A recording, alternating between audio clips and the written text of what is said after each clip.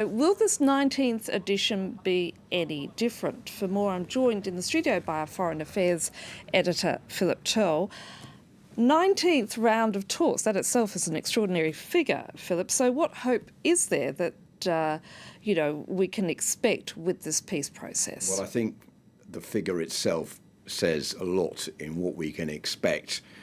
The positive thing here is that the countries are talking. Kazakhstan is the country that's chosen because it's seen as a neutral ground, somewhere where they can all sit round a table and the country itself is not involved in the Syrian conflict. This taking place in Astana. Remember, in the past, Annette, there have been umpteen initiatives undertaken since 2011 to try to get peace brought back to Syria. They all have led to nothing so far. So we're now in the 19th edition of the Astana peace talks. We'll see today what happens, but I think a lot of people are saying this is just a smokescreen for the situation just to carry on. And if you look at the map behind me about Syria, it is pretty complicated as well. The green area is under the control of the Kurds. The blue area is under the control of Bashar al-Assad, the Syrian regime. Then you have some red areas at the top, which are either under the control of rebel groups or Turkey. And then you have Idlib, which is in a zone of its own, which is probably the worst area of Syria, where many of those who rose up in 2011 against Bashar al-Assad are finding themselves now in absolutely appalling conditions. They are being hit by shells by the Syrian regime, which considers them as terrorists. They're being blocked from going to Turkey by the Turkish regime, which doesn't want any more migrants coming over its frontier. And they are under the control of a former jihadist organization, which is deemed a terrorist group by the international community. So all of those are the discussing factors going on. And you have Russia, you have also Iran, which both support the Syrian regime, and Turkey, which doesn't support it, but is using this conflict basically to try to put down the Kurds.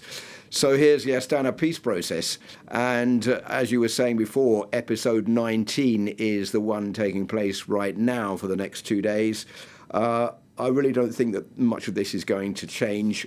You have to remember that Bashar al-Assad was re-elected last year with 95.1% of the vote, so he's not going anywhere in the short term, and all the different countries there are using this as a way of extending their influence in the region and not really that interested for the moment in peace. And if peace is going to come, it's going to be a negotiated settlement, and it's not going to be a settlement that's going to come through some kind of military solution.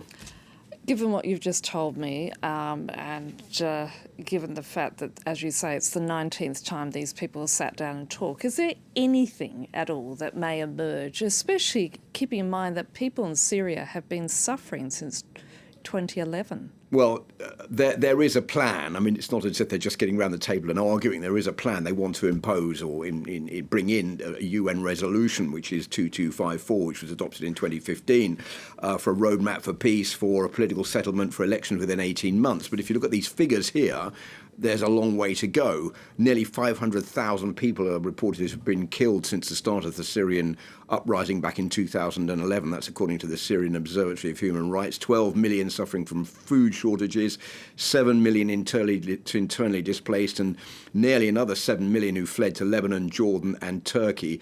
So this is a huge challenge for these countries meeting in Astana.